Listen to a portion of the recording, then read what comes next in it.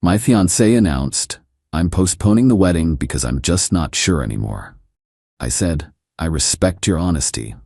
Then I checked our Ring doorbell footage and found she'd been running a full relationship with my cousin, planning their own wedding for the same date.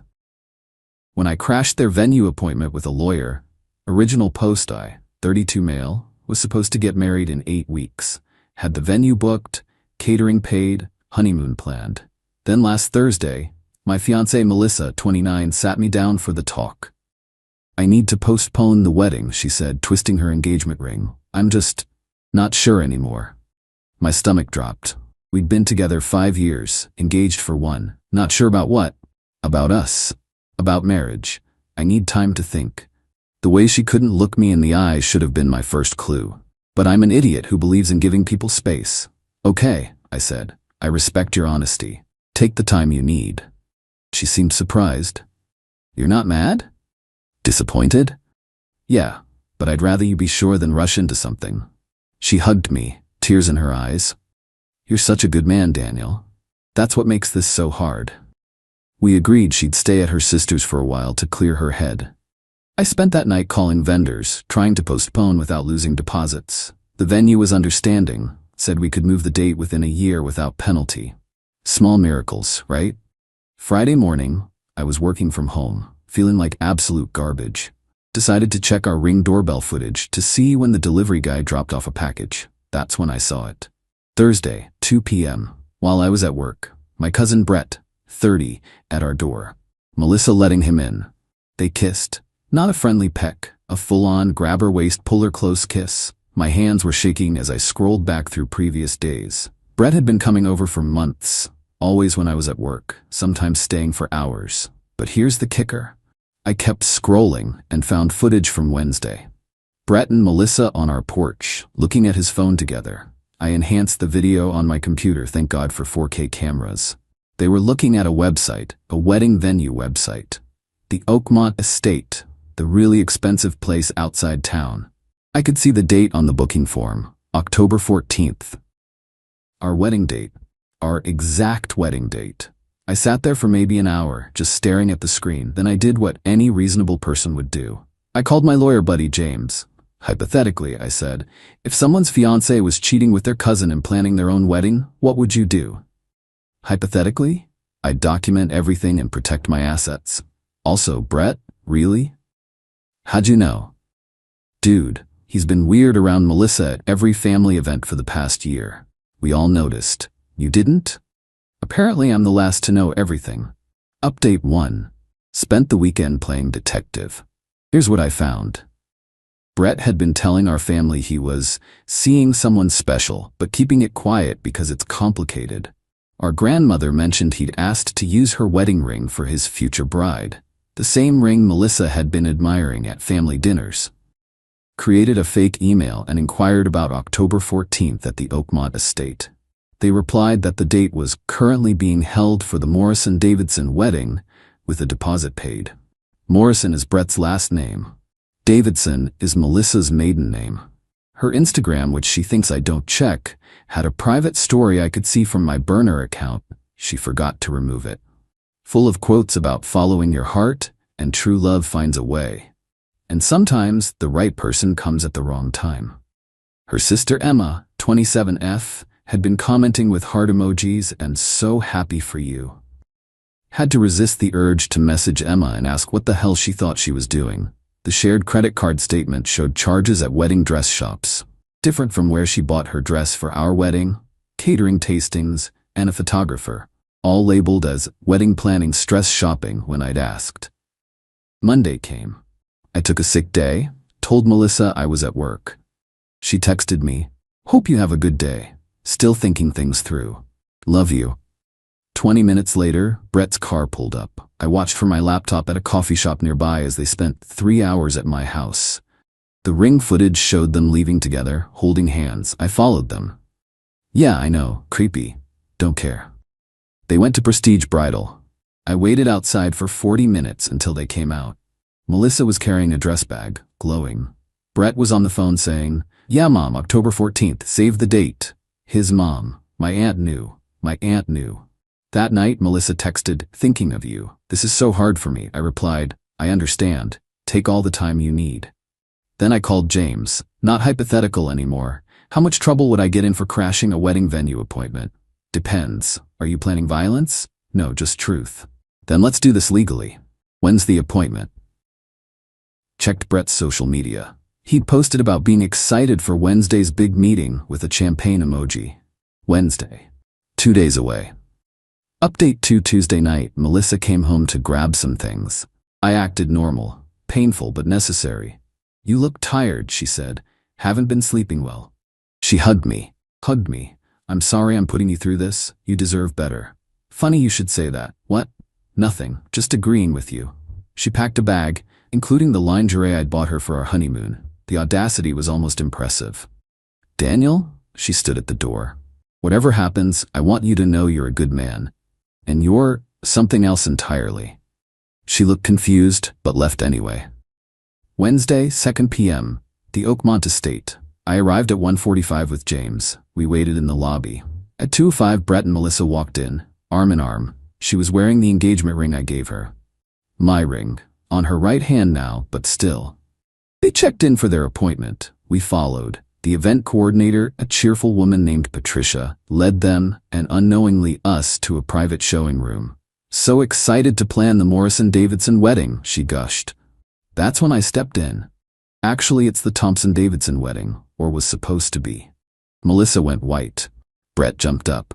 "Daniel, what are you doing here?" "Funny, I was about to ask you the same thing, cousin." Patricia looked confused. James stepped forward with his briefcase. "Ma'am, I'm James Crawford, attorney.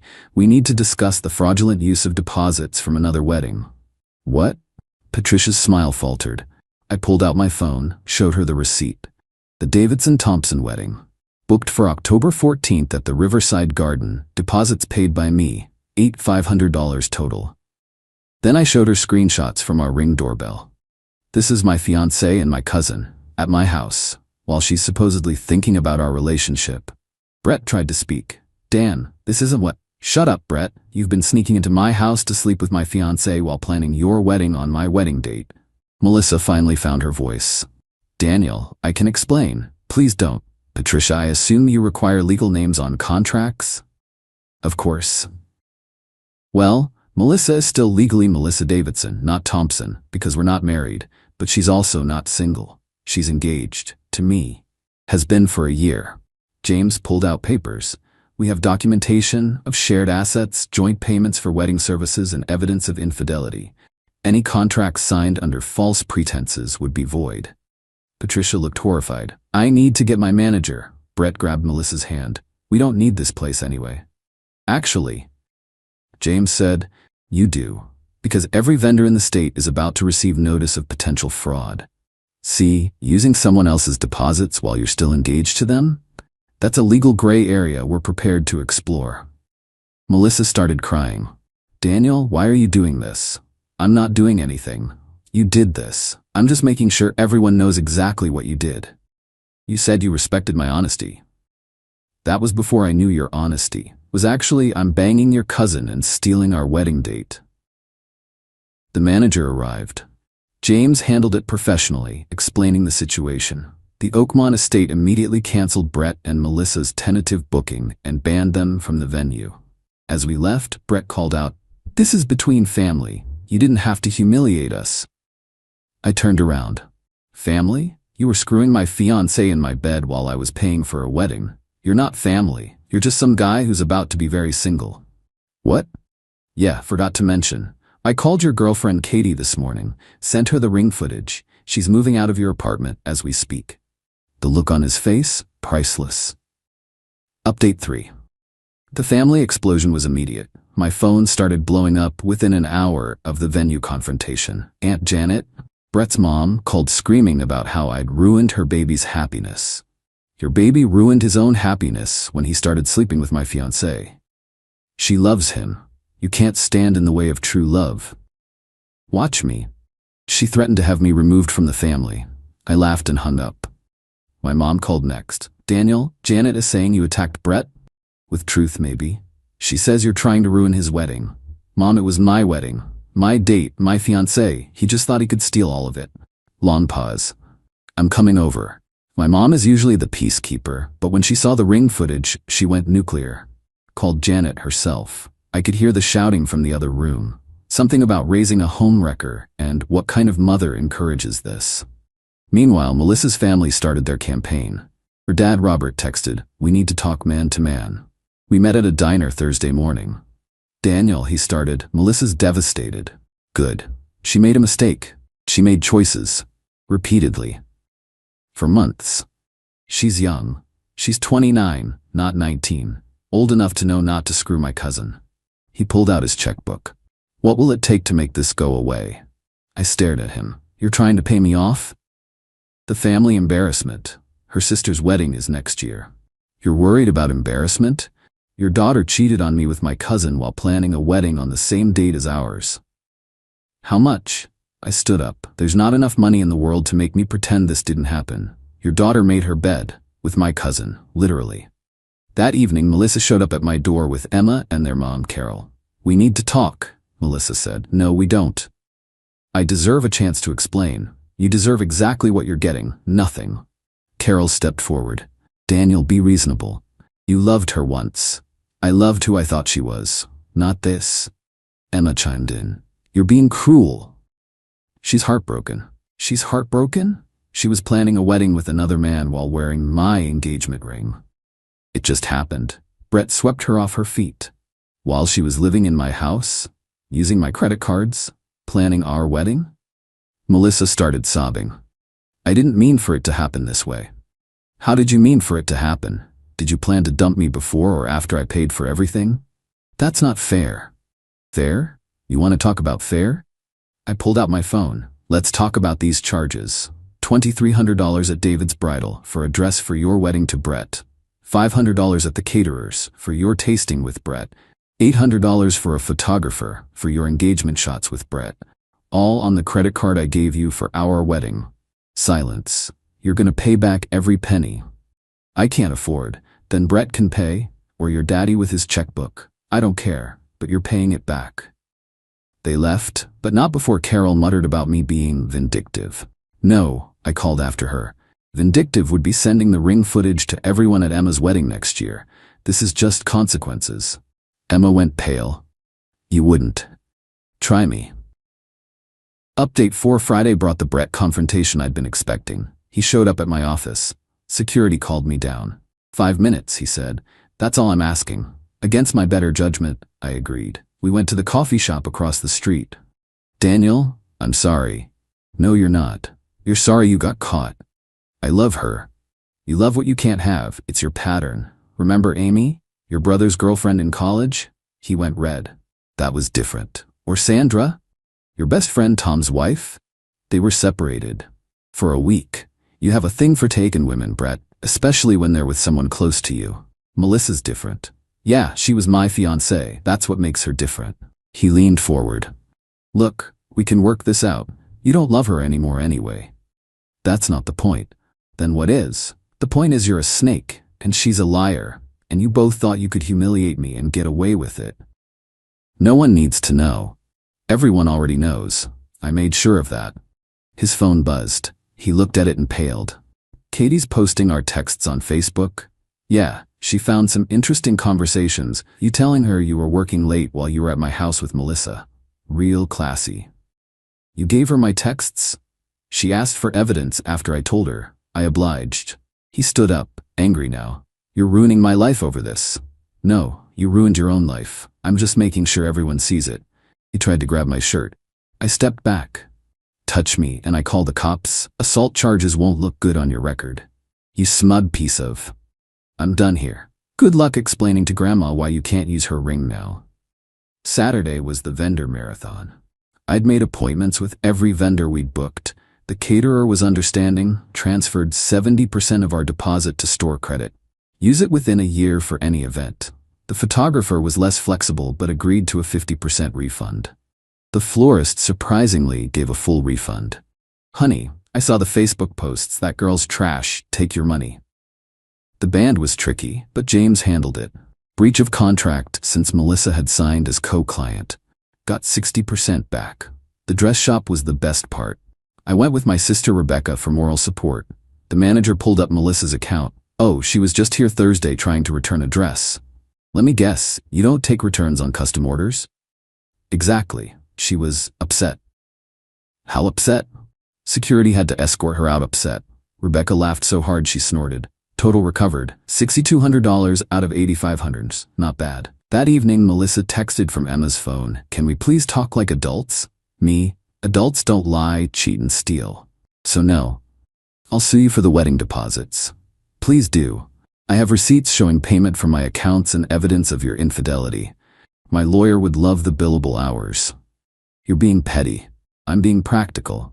You wanted Brett? You got him. Enjoy your cousin-in-law. He's not your cousin. Second cousin, whatever, still makes you the woman who left me for my family member. How's that working out for your reputation? She sent 37 more texts. I didn't read them. Update 5 Sunday, the big family dinner I forgot about. Grandma's 85th birthday. Mandatory attendance. I walked into dead silence. 30 family members staring.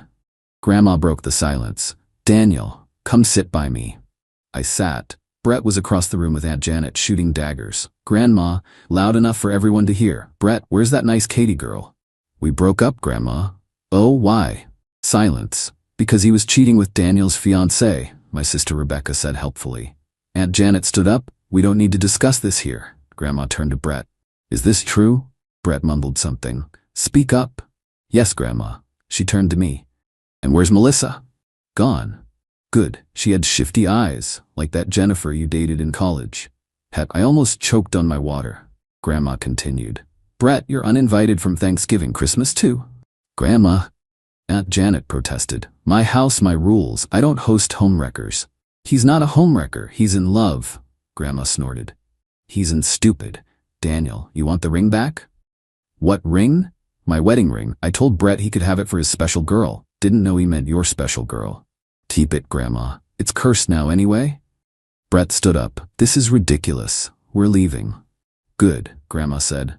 And Brett, your grandfather would be ashamed of you. He was many things but never a thief. And stealing another man's woman, family's woman, that's theft of the worst kind. They left.